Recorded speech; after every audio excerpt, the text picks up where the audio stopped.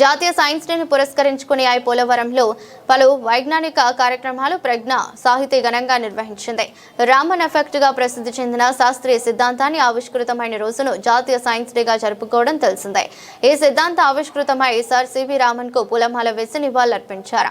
భౌతిక శాస్త్రంలో మొదటిసారి నోబెల్ బహుమతి పొందిన సివి రామన్ భారతీయుడు కావటం గర్వకారణమని ప్రజ్ఞ సాహితీ అధినేత డాక్టర్ పుల్లెపు వెంకటేశ్వరరావు తెలిపారు.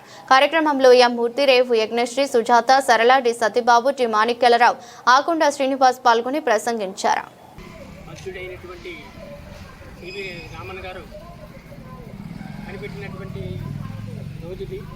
విశ్వవ్యాప్తంగా మరి రామన్ ఎఫెక్ట్కి రోజునే భారతీయ సైన్స్ డేగా మరి మన గవర్నమెంట్ ఏనాడు నుంచో సైన్స్ డే ప్రకటించి సైంటిస్ట్కి ఒక దిశానిర్దేశం చేస్తూ ఉంది.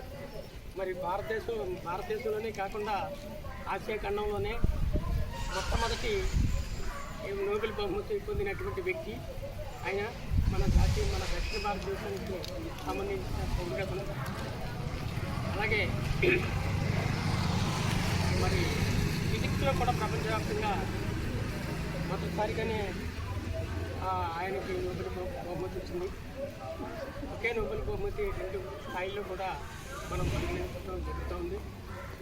రామన్ ఎఫెక్ట్ ఎంత గొప్పదంటే మరి భౌతిక, రసాయన, జీవశాస్త్రాలను కూడా చాలా ప్రభావితం చేసినటువంటి పరిస్థితి. మరి అలాంటి సైన్స్ గురించి దేశవ్యాప్తంగా ఇవాళ ప్రతి ఇన్స్టిట్యూట్లోనూ, ప్రతి కాలేజీలోనూ, ప్రతి యూనివర్సిటీలోనూ కూడా సైన్స్ చేయడం జరుగుతుంది. మన కూడా మన మానవ ప్రాధాన్యత రంగాల్లో పనిచేసే వాళ్ళకి అవార్డు ఇచ్చే తర్వాత ఇంకా మరి శాస్త్రీయ దృక్పథానికి ఆయుధంగా ఉన్నటువంటి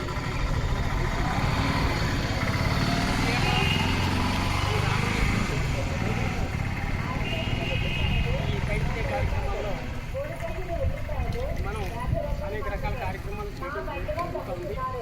ఈ రోజున కూడా క్రమం తప్పకుండా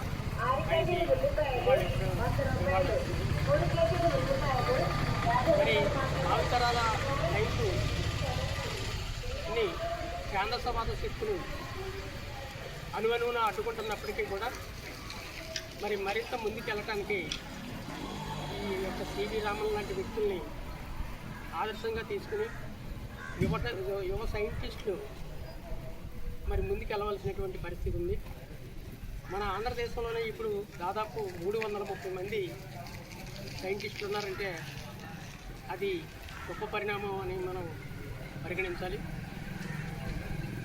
మరి ఈ కార్యక్రమానికి మీరు ఒకసారి వచ్చేస్తారు. ఇక్కడ నిలబడుతూ ఇంకా ఇక్కడికంతా అలాంటి పరిస్థితుల్లో మరి భారతీయ సైన్స్ దిగ్గజమైనటువంటి సర్ సివి రామన్ గారికి సర్ అనే బిడ్డని మరి బ్రిటిష్ ప్రభుత్వం ఇచ్చింది.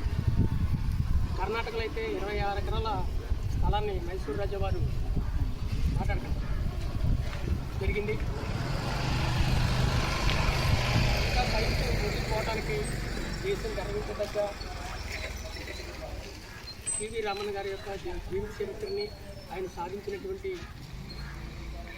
రామన్ ఎఫెక్ట్కి సంబంధించినటువంటి సైన్స్ని ముందుకు తీసుకెళ్లవలసిందిగా మనం అందరం కూడా యువ సైంటిస్ట్ పిలుపునివ్వాల్సి ఉంది. మరి ఈ సైన్స్ డే శుభాకాంక్షలు మీ అందరికీ తెలియజేసి మరి మాట్లాడేవారు ఎవరు ఉంటే మాట్లాడవలసిందిగా కోరుతున్నాం. అలాగే యశస్వి గారు మాట్లాడు అలాగే మూర్తి గారు 2 నిమిషాలు తెలియజేసి నమస్కారం అండి.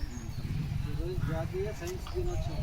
సివి రామన్ గారు మన భారతదేశం సైంటిస్ట్గా మనం ఎవరినెవరినో చెప్పుకుంటాం. ఎక్కడ అమెరికాలో ఉన్న లండన్లో సైంటిస్ట్గా చెప్పుకున్నాం.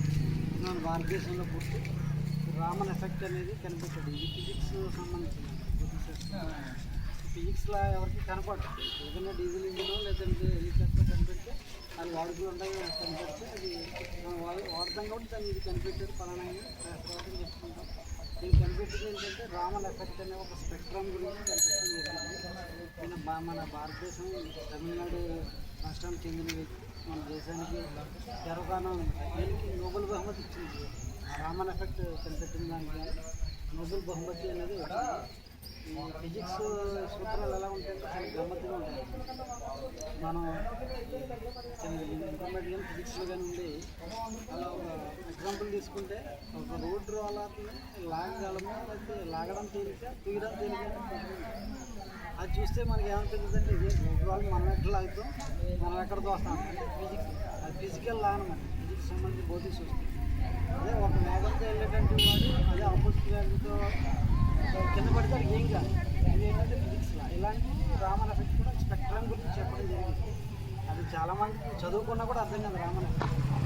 ఇలాంటి వ్యక్తి మన భారతదేశం అదే రోజు ఈరోజు నేషనల్ సైన్స్ డే ఇదే జరుపుకుంటుంది. అది నాకు